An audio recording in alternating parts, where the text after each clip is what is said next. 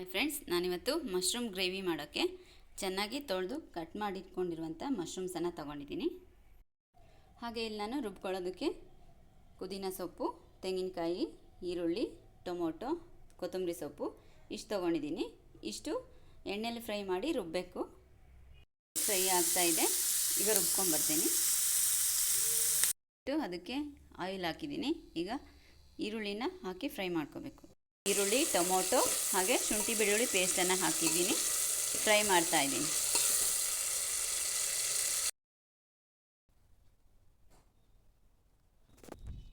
ಈಗ ನಾನು ಫ್ರೈ ಮಾಡ್ತಾಯಿದ್ದೀನಲ್ವ ಈರುಳ್ಳಿ ಟೊಮೊಟೊ, ಅದ್ರ ಜೊತೆಗೆ ರುಬ್ಬಿರುವಂಥ ಮಸಾಲೆನ ಹಾಕಿ ಫ್ರೈ ಮಾಡಬೇಕು. ಈ ಥರ ಅದು ಚೆನ್ನಾಗಿ ಮಸಾಲೆ ಎಲ್ಲ ಚೆನ್ನಾಗಿ ಫ್ರೈ ಆಗಬೇಕು.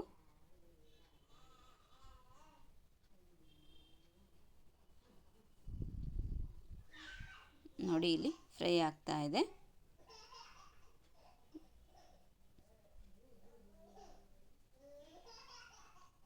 ಚೆನ್ನಾಗಿ ಆಯಿಲೆಲ್ಲ ಬಿಟ್ಕೋಬೇಕು. ಅಲ್ಲಿವರೆಗೂ ನಾವು ಫ್ರೈ ಮಾಡಬೇಕು ಇದನ್ನು, ರುಬ್ಬಿರುವಂಥ ಮಸಾಲೆನ. ಆಗ ಟೇಸ್ಟ್ ತುಂಬ ಚೆನ್ನಾಗಿ ಬರುತ್ತೆ. ನೋಡಿ, ಇಲ್ಲಿ ಚೆನ್ನಾಗಿ ಫ್ರೈ ಆಗಿತ್ತು. ಈಗ ನಾನು 1 ಸ್ಪೂನು ಧನಿಯಾ ಪುಡಿನ ಹಾಕ್ತಾಯಿದ್ದೀನಿ.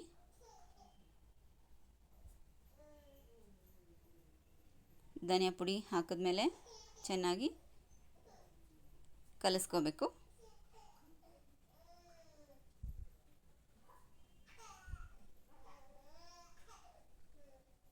ಈಗ ನಾನು 2 ಟೇಬಲ್ ಸ್ಪೂನು ಅಚ್ಚ ಖಾರದ ಪುಡಿ ಹಾಕ್ತಾಯಿದ್ದೀನಿ. ಖಾರ ನಿಮಗೆ ಜಾಸ್ತಿ ಬೇಕು ಅಂದರೆ ಇನ್ನೂ ಸ್ವಲ್ಪ ಹಾಕ್ಕೊಳ್ಳಿ. ಇದಕ್ಕೆ ಹಸಿಮೆಣಸಿನ್ಕಾಯಿ ಹಾಕಿಲ್ಲ ಅಲ್ವಾ, ಗ್ರೇವಿಗೆ ಸ್ವಲ್ಪ ಜಾಸ್ತಿ ಖಾರ ಬೇಕು ಅನ್ನೋರು 2.5 ಸ್ಪೂನ್ ಹಾಕ್ಕೊಂಡ್ರೆ ಆಯಿತು. ಈಗ ನಾನು ಗರಂ ಮಸಾಲ ಪುಡಿನ ಹಾಕ್ತೀನಿ. 1 ಟೇಬಲ್ ಸ್ಪೂನ್ ಹಾಕಿದ್ರೆ ಸಾಕು. ಇದಕ್ಕೆ 1 ಟೇಬಲ್ ಸ್ಪೂನ್ ಮತ್ತು ನಾನು ಸಾಂಬಾರು ಪೌಡ್ರನ್ನ ಕೂಡ ಹಾಕಿದ್ದೀನಿ, ವಿಡಿಯೋಲ್ಲಿ ಬಂದಿಲ್ಲ ಅನಿಸುತ್ತೆ.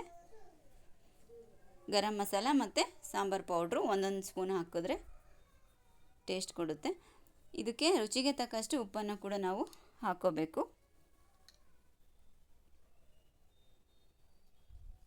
ನಾನಿಲ್ಲಿ 1.5 ಸ್ಪೂನಷ್ಟು ನಾನು ಹಾಕ್ಕೊಂಡೆ. ಮತ್ತು ಕಡಿಮೆ ಅನಿಸಿದ್ರೆ ಇನ್ನೊಂದು ಸ್ವಲ್ಪ ಹಾಕ್ಕೋಬೋದು ಅಂತ. ಈಗ ನಾನು ನೆಕ್ಸ್ಟ್ ತೊಳೆದಿಟ್ಕೊಂಡಿರುವಂಥ ಮಶ್ರೂಮ್ಸನ್ನು ಹಾಕ್ತಾಯಿದ್ದೀನಿ. 1 ಮಶ್ರೂಮಲ್ಲಿ ನಾನು 4 ಭಾಗ ಮಾಡ್ಕೊಂಡಿದ್ದೀನಿ. ಬಿರಿಯಾನಿಗಾದರೆ ನಾನು 1 ಮಶ್ರೂಮಲ್ಲಿ 2 ಭಾಗ ಮಾಡ್ಕೊತೀನಿ. ಇದು ಗ್ರೇವಿಗಲ್ವಾ, 1ರಲ್ಲಿ 4 ಮಾಡಿಕೊಂಡ್ರೆ ಸಾಕು.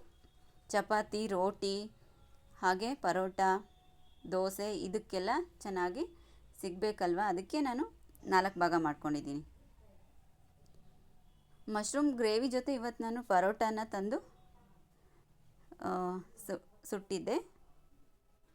ಈಗ ನಾನು ವಾಟರನ್ನು ಆ್ಯಡ್ ಮಾಡ್ತಾಯಿದ್ದೀನಿ. ಎಷ್ಟು ಬೇಕೋ ಅಷ್ಟು ನೀವು ಗ್ರೇವಿಗೆ ವಾಟರ್ ಹಾಕ್ಕೊಂಡ್ರೆ ಸಾಕು. ಜಾಸ್ತಿ ನೀರು ಹಾಕ್ಕೊಂಡ್ರೆ ಅದು ತೆಳ್ಳಗಾಗ್ಬಿಡುತ್ತೆ. ಗ್ರೇವಿ ಅಲ್ವಾ, ಸ್ವಲ್ಪ ಗಟ್ಟಿಗಿದ್ರೇ ಚೆನ್ನಾಗೆ. ಚಪಾತಿ ಮಾಡೋಕ್ಕೆ ಟೈಮ್ ಆಗಲಿಲ್ಲ ಅಂತ ನಾನು ಅಂಗಡಿನಲ್ಲೇ ಪರೋಟ ತರಿಸಿದ್ದೆ. ನೋಡಿ, ಈ ಥರ ಕುದಿಬೇಕೀಗ.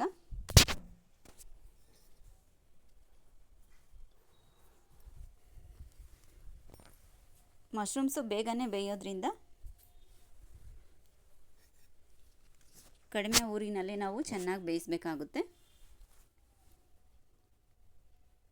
ಆಲ್ರೆಡಿ ಕುದಿ ಬರ್ತಾ ಇದೆ.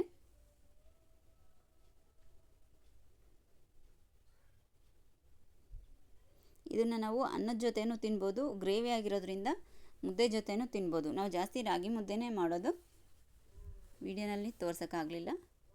ಈಗ ನಾನು ಚಿತ್ರಾನ್ನಕ್ಕೆ ಒಗ್ಗರಣೆ ಮಾಡ್ಕೋತಾ ಇದ್ದೀನಿ. ನಮ್ಮ ಮನೇಲಿ ಕೆಲವರು ಮಶ್ರೂಮ್ಸನ್ನು ತಿನ್ನೋದಿಲ್ಲ, ಅದಕ್ಕೋಸ್ಕರ ಅವರಿಗೆ ಚಿತ್ರಾನ್ನ ಮಾಡ್ತಾಯಿದ್ದೀನಿ. ಈಗ ಆಲ್ರೆಡಿ ನಾನು ಬಾಣಲೆಗೆ ಆಯಿಲ್ ಹಾಕ್ಬಿಟ್ಟು ಅದಕ್ಕೆ ಕಡಲೆಬೇಳೆ, ಉದ್ದಿನಬೇಳೆ, ಸಾಸಿವೆ, ಶೇಂಗಾನ ಹಾಕಿ ಫ್ರೈ ಮಾಡ್ತಾಯಿದ್ದೀನಿ. ನೋಡಿ, ಈ ಥರ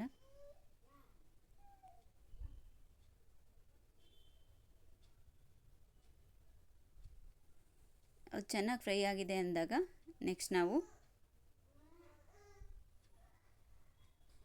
ಉಪ್ಪನ್ನು ಹಾಕ್ಕೋಬೇಕು. ಉಪ್ಪು, ಶುಂಠಿ ಬೆಳ್ಳುಳ್ಳಿ ಪೇಸ್ಟು ಎಲ್ಲ ಈಗಲೇ ಹಾಕ್ಕೊಂಡ್ರೆ ಈರುಳ್ಳಿ ಟೊಮೊಟೊ ಜೊತೆಗೆ ಚೆನ್ನಾಗಿ ಟೇಸ್ಟ್ ಕೊಡುತ್ತೆ. ಶೇಂಗಾ ಬೀಜ ಚೆನ್ನಾಗಿ ಹುರ್ಕೋತಾ ಇದ್ದೀನಿ. ಇಲ್ಲಿ ಕರಿಬೇವು ಹಾಕ್ತಾ ಇದ್ದೀನಿ. ನೆಕ್ಸ್ಟು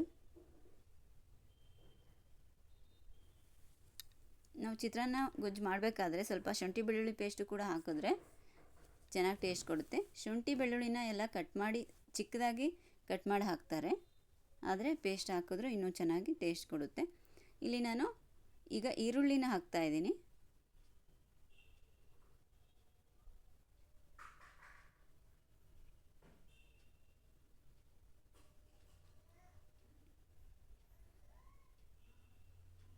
ಕರಿಬೇವು ಸೊಪ್ಪು ಆದಮೇಲೆ ಈರುಳ್ಳಿ ಹಾಕಿದ್ದೀನಿ. ನೆಕ್ಸ್ಟ್ ಈಗ ನಾನು ಉಪ್ಪನ್ನು ಹಾಕ್ತೀನಿ.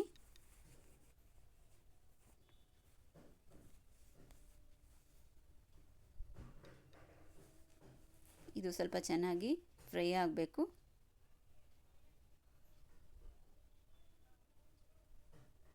ಅಲ್ಲಿವರೆಗೂ ನಾವು ಫ್ರೈ ಮಾಡ್ಕೋಬೇಕಾಗುತ್ತೆ.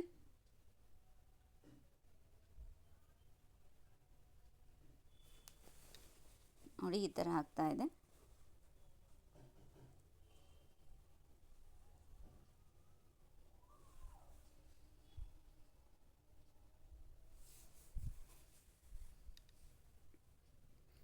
ಈರುಳ್ಳಿ ಸ್ವಲ್ಪ ಕೆಂಪಗಾಗಬೇಕು.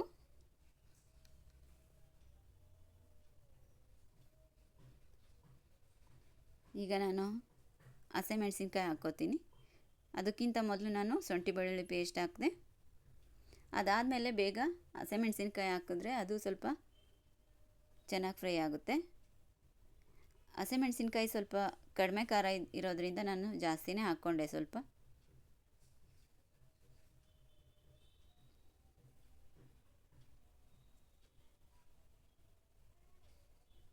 ಚಿಕ್ಕದಾಗೇನು ಕಟ್ ಮಾಡೋಕ್ಕೆ ಹೋಗಲಿಲ್ಲ, ಇದೇ ಥರ ಇರಲಿ ಅಂತ ಕಟ್ ಮಾಡಿಕೊಂಡೆ. ನೋಡಿ ಈ ಥರ ಫ್ರೈ ಆಗ್ತಾ ಇದೆ. ಈಗ ನಾನು ಅರಿಶಿನ ಪುಡಿ ಹಾಕ್ಕೋತಾ ಇದ್ದೀನಿ.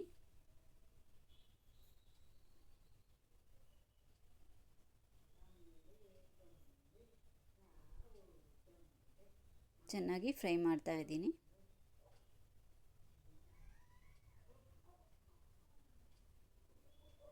ಚೆನ್ನಾಗಿ ಫ್ರೈ ಆಗಿದೆ ಅಂತ ಅನಿಸಿದಾಗ ನಾನೀಗ ಟೊಮೊಟೊ ಹಾಕ್ತಾ ಇದ್ದೀನಿ. ಟೊಮೊಟೊ ಇನ್ನೇನು ಬೇಗನೆ ಫ್ರೈ ಆಗುತ್ತೆ.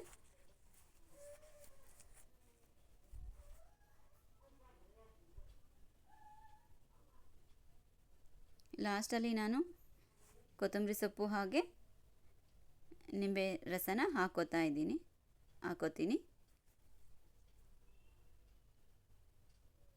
ನೋಡಿ ಆಲ್ರೆಡಿ ಚಿತ್ರಾನ್ನದ ಗೊಜ್ಜು ರೆಡಿ ಆಗ್ತಾ ಇದೆ ಆಲ್ಮೋಸ್ಟು.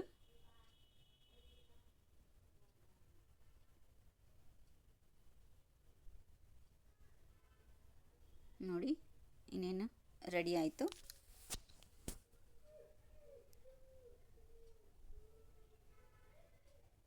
ಕೊತ್ತಂಬರಿ ಸೊಪ್ಪು ಹಾಕ್ಕೊಂಡೆ.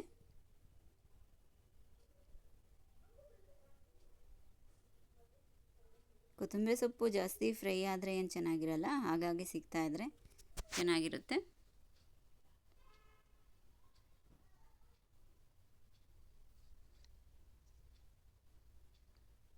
ಇದಕ್ಕೆ ನಾನು ಕ್ಯಾರೆಟ್ ತುರಿನೂ ಹಾಕ್ತಿದ್ದೆ, ಟೈಮ್ ಇರಲಿಲ್ಲ ಅಂತ ರೆಡಿ ಮಾಡ್ಕೊಳಕ್ಕಾಗಲಿಲ್ಲ. ಕ್ಯಾರೆಟ್ ತುರಿನೂ ಹಾಕ್ಕೊಳ್ಳಿ ನೀವು, ಚೆನ್ನಾಗಿರುತ್ತೆ. ಮನೇಲಿ ಒಂದ್ಸಲ ಮಾಡಿಕೊಂಡು ನೋಡಿ. ಲಾಸ್ಟಲ್ಲಿ ನಾನು ಈಗ ನಿಂಬೆ ರಸನ ಹಾಕ್ತಾಯಿದ್ದೀನಿ.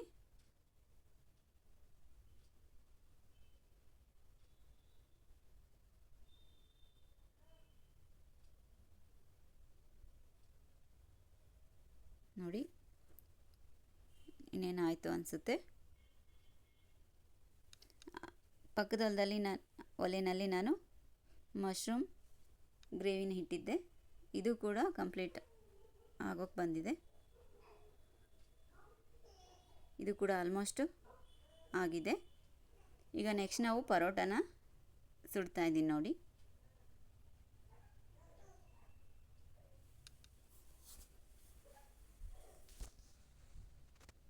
ಪರೋಟನ ತುಂಬ ಚೆನ್ನಾಗಿ ಸುಡಬೇಕು. ಕಡಿಮೆ ಫ್ಲೇಮ್ ಇಟ್ಕೊಂಡು ನಾನು ಪರೋಟನ ಸುಡ್ತಾ ಇದ್ದೀನಿ.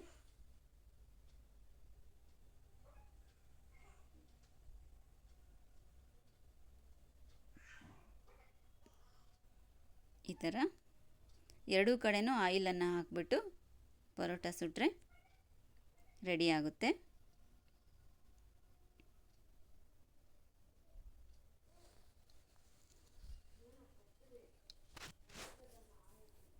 ಪರೋಟ ಜೊತೆ ಮಶ್ರೂಮ್ ಗ್ರೇವಿ ತುಂಬ ಚೆನ್ನಾಗಿ ಬಂದಿತ್ತು. ಮಟನ್ ಸಾರು ಥರ ಟೇಸ್ಟ್ ಬಂದಿತ್ತು. ಶ್ರಾವಣದಲ್ಲಿ ಮಟನ್ ತಿಂದೇ ಇರೋರು ಕೂಡ ಎಲ್ಲರೂ ಕೂಡ ಶ್ರಾವಣದಲ್ಲಿ ಮಟನ್ ಗ್ರೇವಿ ಬದಲು ಚಿಕನ್ ಗ್ರೇವಿ ಮಾಡಿಕೊಂಡು ತಿನ್ಬೋದು. ನೋಡಿ ಈ ಥರ ಬಂದಿತ್ತು. Thank you for watching.